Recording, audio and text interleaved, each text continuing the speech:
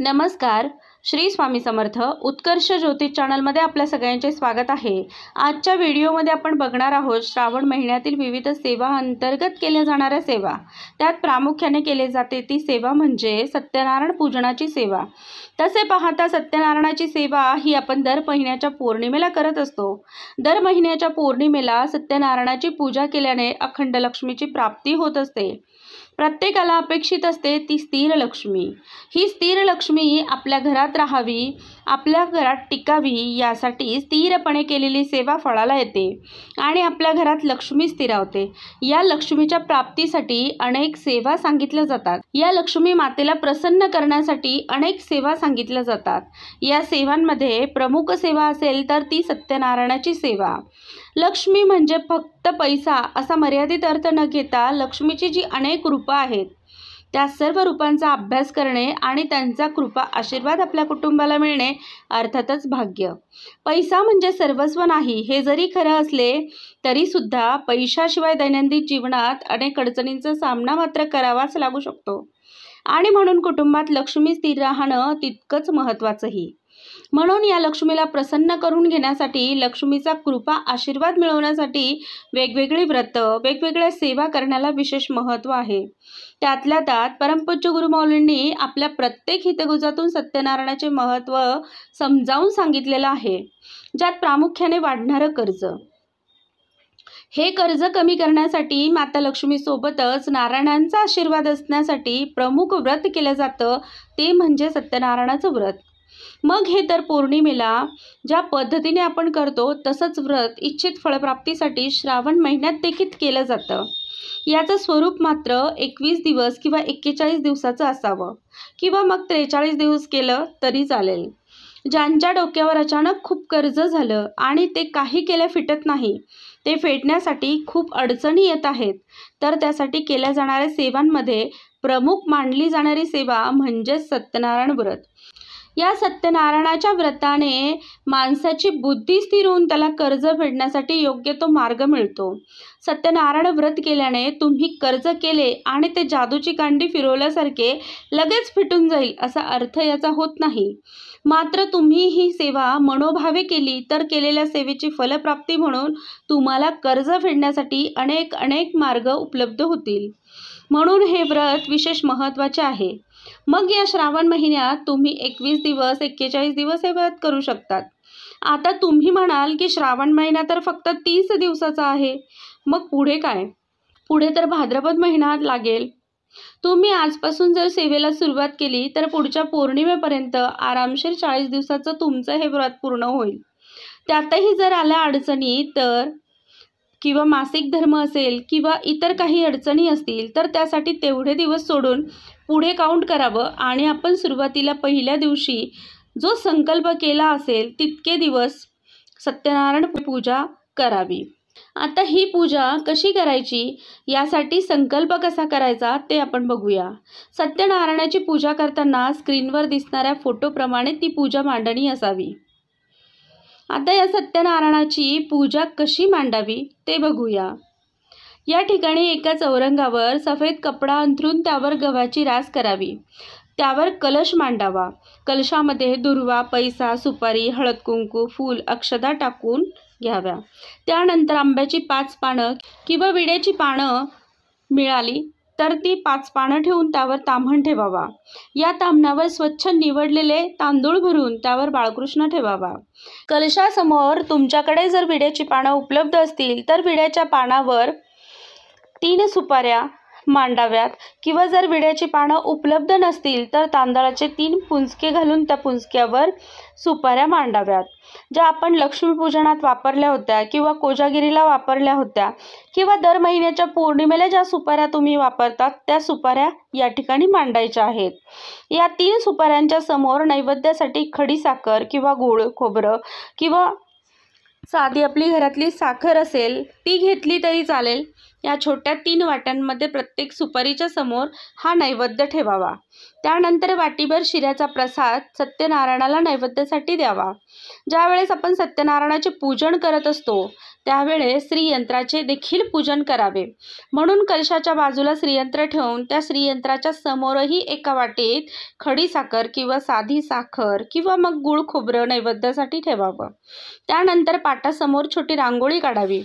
रोजच्या रोज उपलब्ध असतील तर आंब्याचे डहाळे लावावे, नसतील तर हरकत नाही. या पद्धतीने पूजन आपण करावे.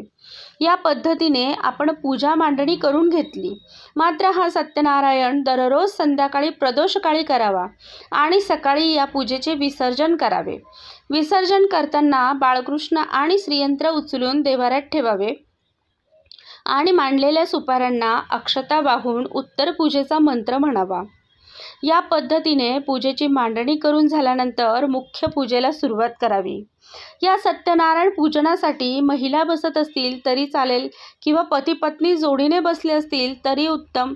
सर्वात आधी पूजेला बसल्यानंतर कपाळाला पुरुष सेवेकऱ्यांनी अष्टगंध आणि स्त्री सेवेकऱ्यांनी हळदी कुंकू लावून घ्यावं. त्यानंतर उजव्या हातावर 3 पळी पाणी घेऊन नारायणांचे नाव घेऊन ते पाणी एक एक पळी प्यावे. 3 पळी पाणी पिल्यानंतर 2 पळी पाणी ताम्हणात सोडावे. या प्रकारे आचमन करून झाल्यानंतर सर्वप्रथम संकल्प करावा. फक्त पहिल्या दिवशी संकल्प करून घ्यावा. हा संकल्प साध्या सोप्या पद्धतीने केला तरी चालतो. संकल्प करण्यासाठी हातात थोडे पाणी घेऊन त्यात तांदळाचे दाणे टाकावे. एक फूल किंवा फुलाची पाकळी अष्टगंधामध्ये बुडवून पाण्यात टाकावी आणि साध्या सोप्या पद्धतीने देवाला संकल्प करावा.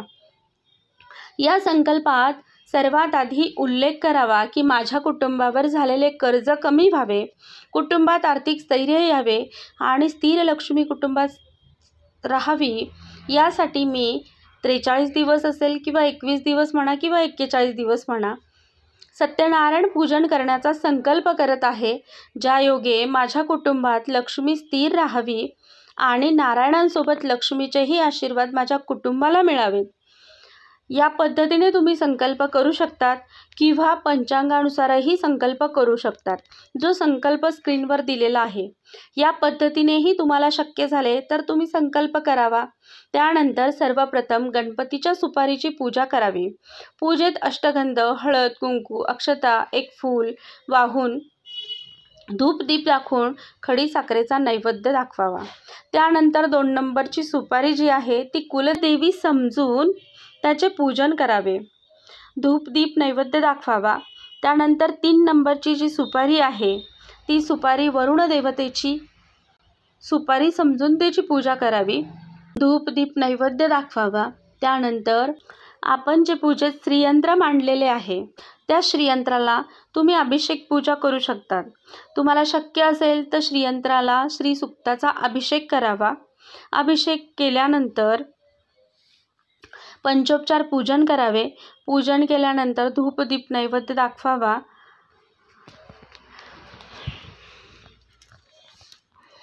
आणि त्यानंतर मुख्य पूजेत कलशावर स्थापन केलेल्या बाळकृष्णाची पूजा करावी. या बाळकृष्णाला पुरुष सुक्त आणि श्रीसुक्ताचा अभिषेक करून स्थानापन्न करावे. त्यानंतर अष्टगंध लावून हळद कुंकू वाहावे, अक्षता वाहाव्यात, फुलं वाहून धूप दीप ओवाळून आधीच करून ठेवलेल्या वाटीभर शिऱ्याचा प्रसाद नैवेद्य म्हणून दाखवावा. या वाटीभर शिऱ्याचा प्रसाद फक्त आणि फक्त आपल्या कुटुंबातील व्यक्तींनीच खावा. दुसरी कोणतीही कितीही जवळची व्यक्ती असली तरी देखील अशी चूक करू नये. तुम्ही या सेवा करणार आणि फळ मात्र दुसऱ्याला मिळणार, तेव्हा सेवा तुम्हीच करा आणि प्रसादही कुटुंबातल्या कुटुंबातच घ्या, म्हणजे केलेल्या सेवेचे फळ नक्की मिळेल. त्यानंतर मराठी 5 अध्यायांची पोथी वाचावी. ही सत्यनारायणाची पोथी कुठल्याही दिंडोरी प्रणीत सेवा केंद्रात सहज उपलब्ध होते. पोथी वाचन संपल्यानंतर देवाला आरती करावी आणि देवाला मनोभावे विनंती करून आपल्या कुटुंबावर आलेलं आर्थिक संकट दूर करण्यासाठी प्रार्थना करावी. संध्याकाळी जेवणाचा नैवेद्य पूजेला जरूर दाखवावा. आपण आपल्या घरी पूजेच्या माध्यमातून देवतांना आमंत्रित करतो व त्यांचा सन्मान करणं, आदर करणं, पूजन करून त्यांना भोजन देणं हा पूजेचा महत्त्वाचा भाग आहे. तो आपण जाणावा। सकाळी पूजा आवरून संध्याकाळी पुन्हा पूजा मांडणी करून नवीन पूजन करावे। या पद्धतीने 21 दिवस, 41 दिवस किंवा 43 दिवस अखंडपणे सत्यनारायण पूजन करावे आणि या सेवेचा अनुभव घेऊन बघावा। भक्तिभावाने केलेली सेवेची फलश्रुती अवश्य मिळतेच मिळते। आजचा हा व्हिडिओ कदाचित थोडा मोठा झाला असेल, मात्र या सेवेची फलश्रुती मिळालेला एक अनुभव मी पुढच्या व्हिडिओमध्ये आपल्यासोबत नक्की शेअर करेल। ज्याप्रमाणे श्रावण महिन्यात आपण हे सत्यनारायणाचं व्रत करून आपल्या कुटुंबाला अखंड लक्ष्मीचा आशीर्वाद मागून घेतला, सोबतच ऋणमुक्तीसाठी प्रयत्नही केले, त्याच पद्धतीने सत्यनारायण पूजा ही कार्तिक महिना किंवा माघ महिन्यातही करू शकतात। 41 दिवस किंवा 21 दिवस किंवा 43 दिवस सत्यनारायण पूजा केल्याने तुमच्या कुटुंबावर अखंड लक्ष्मीचा कृपा आशीर्वाद राहील, यात शंकाच नाही। सत्यनारायण पूजेची ही संपूर्ण माहिती कशी वाटली? अजून काही अडचणी, काही समस्या किंवा काही प्रश्न असल्यास कमेंट बॉक्समध्ये नक्की विचारा। व्हिडिओ आवडल्यास लाईक आणि शेअरसुद्धा करा। चॅनलला जर अजूनही आपण सबस्क्राईब केलं नसेल तर ते आज अवश्य करा। धन्यवाद। श्री स्वामी समर्थ।